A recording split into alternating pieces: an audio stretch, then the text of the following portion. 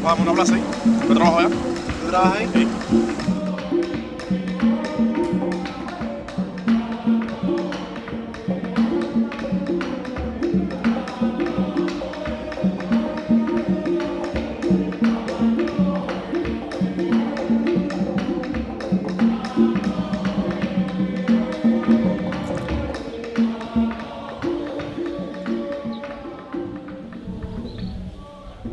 The harvest is almost finished, as you can see here. It is just some plants for you to see. I'm going to explain the processes for you till seeds to ashes. We grow two types of plantation. A plantation like this one, okay? We cover the sides, also the top, for protecting leaves against sun, wind, and insects. That's the only way to get the wrapper, the outer leaf in a cigar.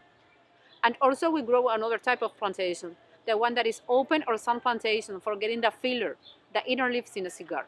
The same variety, only different because of the sun, more or less incidence. The government decided to create a specialized lab for testing seeds before, Seeds very strong against diseases and plagues. Corojo 99, that's the variety. There are so many other varieties of seeds, but we are using that variety. Because with that variety, we can grow both type of plantations, covered and open plantations. On September, we go to the nurseries or greenhouses where we plant a seed. 35 days later, the germination. We replant the seedling into the plantation. We sow them by hand, plant per plant, 17 hectares. In 45 days, these plants are about 2 meters high. They grow very, very quickly. During the growing process, we have to do so many activities. When we plant the seedling into the plantation, we have to irrigate.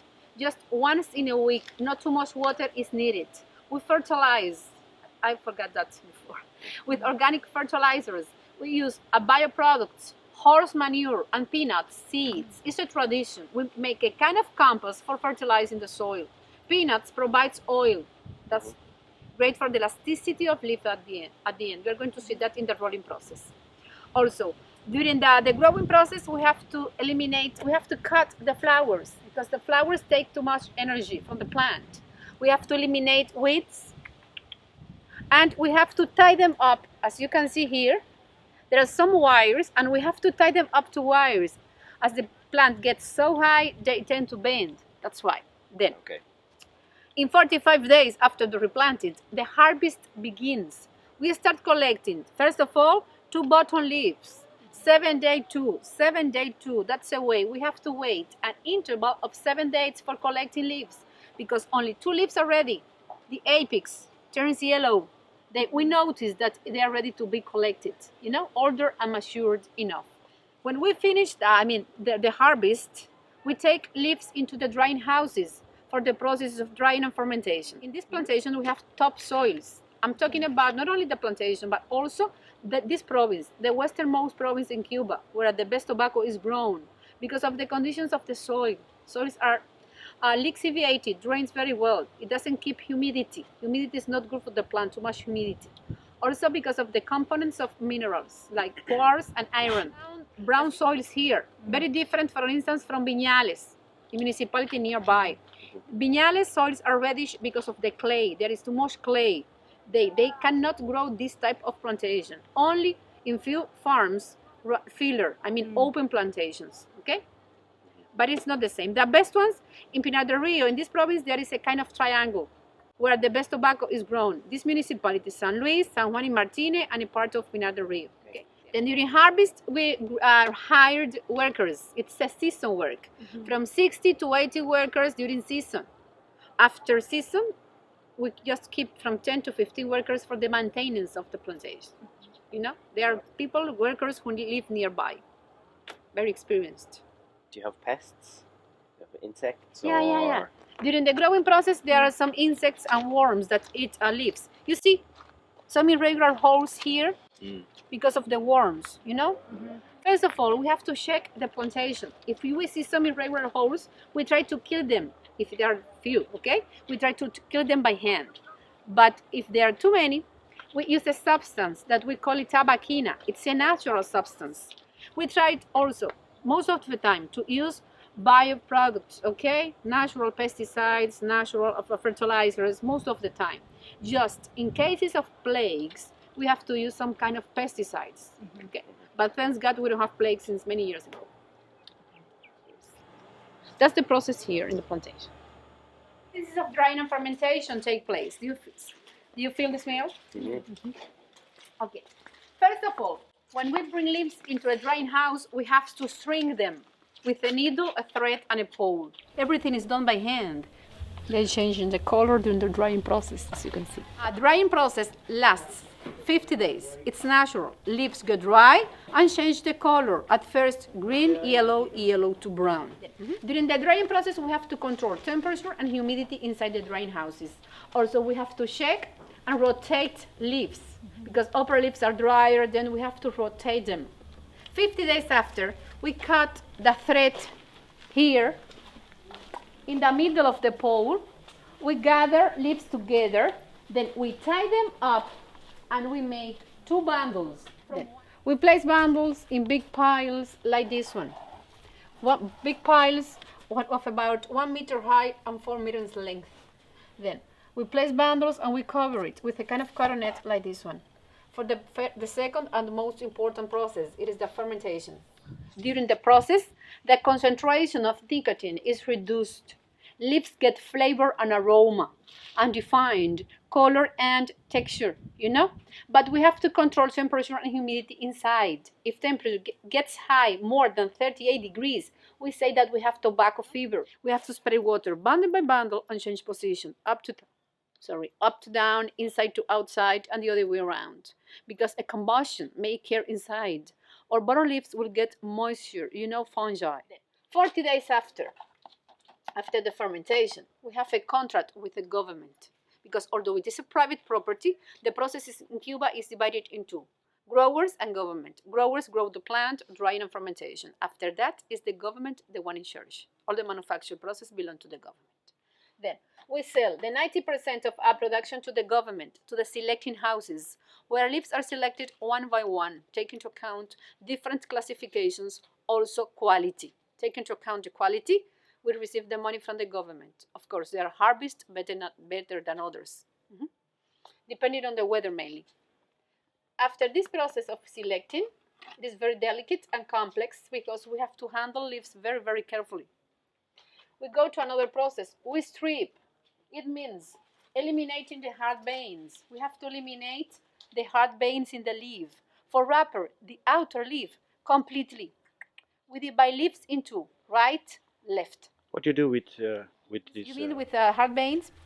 Well, during the growing process, there are some insects or worms that eat leaves. Then we put these hard veins with water into fermentation, and we get a substance that we call tabacina. This substance with great concentration of nicotine, we use it for killing worms during the growing process. It is not only good for tobacco, but also for tomatoes or some other crops, you know, beans. Tabacina.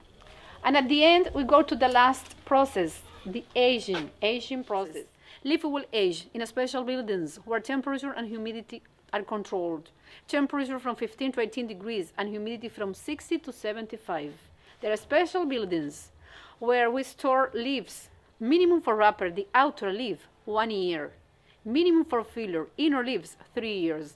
Although they can be there more time, 5, 10, depending on the aging process. Quality is better, like in wine or some other crops, you know. All cigars in Cuba are handmade. But we need different leaves for rolling cigars. Inner leaves, binder, and wrapper. Inner leaves are the filler, okay? And we divide filler in different groups, 3 main groups. Take into account the position in the plant and sun incidence. In Spanish, we call it bottom leaf volado, middle leaves seco, upper leaves ligero, okay? But this group determine combustion in cigar, bottom leaves. Middle leaves, flavor and aroma. Top leaves are the ones that determine the strength. This is a group that determines if a cigar is going to be light, medium, or strong, depending on the quantity of inner leaves we put inside. For instance, the roller is going to mix them all with a binder. He's going to roll a medium cigar for you. Then he's going to select 2, 2, 1 for medium. Lighter, no upper leaves, no ligero, okay? And stronger, 2, 2, 2, or 3, depending on the smoker's preferences. Here we have a glue coming from a pine tree. It's a natural resin. You're going to see the process, okay? He's going to mix them all with a binder. You see what I explained before about the stripping process?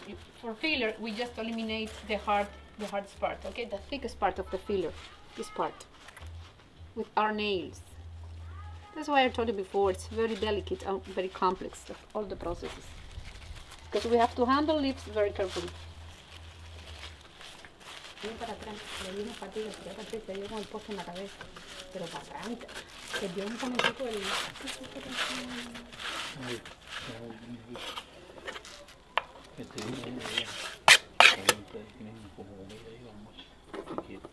Okay, as all cigars are handmade, we need molds, you see, to give shape and size to the cigars we want to roll. We're going to place that 20 minutes after you can notice the difference.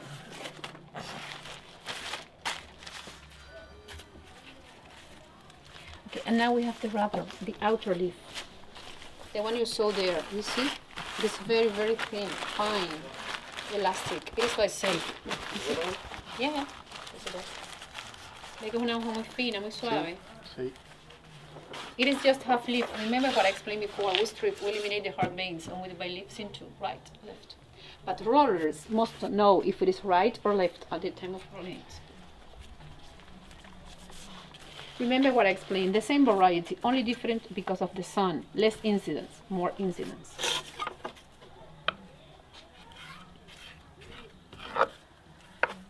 The wrapper is like a dress in a cigar. It does any flavor to cigar?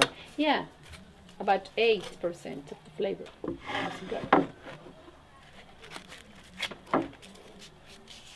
Now he's controlling the draw. It means to check if the air passes through.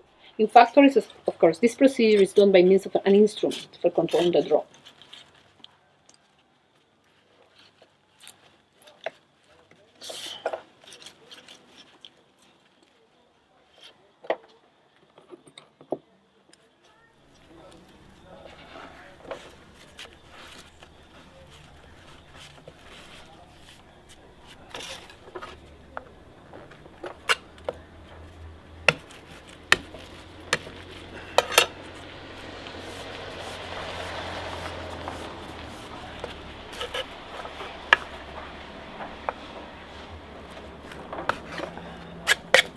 You know, there are the different endings also for rolling cigars. I suppose you know about that. The endings. Yeah. Yeah, that one we call it like a pigtail in Vejiques, in Cohiba. Pigtails at the end. The paper takes out the humidity. In 2 days, it is completely dried and it can be smoked. 2 days. Huma. Yeah. See. Huma. See, see. This is for you, okay? Pa, gracias. A picture of Alejandro Robaina. He died in 2010 at the age of 91. At that age, he still smoked 3 or 4 cigars per day. He always said, if you smoke good cigars, no problem, but good cigars, you know? And the brand was created in 1997, just 18 years ago. It was created by Habanos Cigar Corporation. It was a way to honor all growers from this region, because before 1997, there was not a brand with the name of a real grower in Cuba. You know, names came from books, places, or Cohiba, an outstanding name that came from our first inhabitants, so-called Indians by Christopher Columbus, and so many names. But indeed, there was not a name of a brand with the name of a real grower. It has been the only one in Cuba. That's why the brand has been so outstanding. It was very famous. It was well known in Cuba, but the quality of the leaves, the productions here. I was talking about the wrapper mainly, the best grower of wrapper in Cuba. You know, this logo was designed by Niki Lauda, driver of Formula #1 Austrian. While traveling around the world from 1997 on, Don Alejandro traveled several times in Lauda Airlines. They met each other, and the idea of designing the logo came up from that meeting. That's why. Soils here are sandy soils, lixiviated soils, drains very well. Also because of the components of iron and quartz minerals. And the weather also always experience 3 main factors: topsoils, weather, always experience.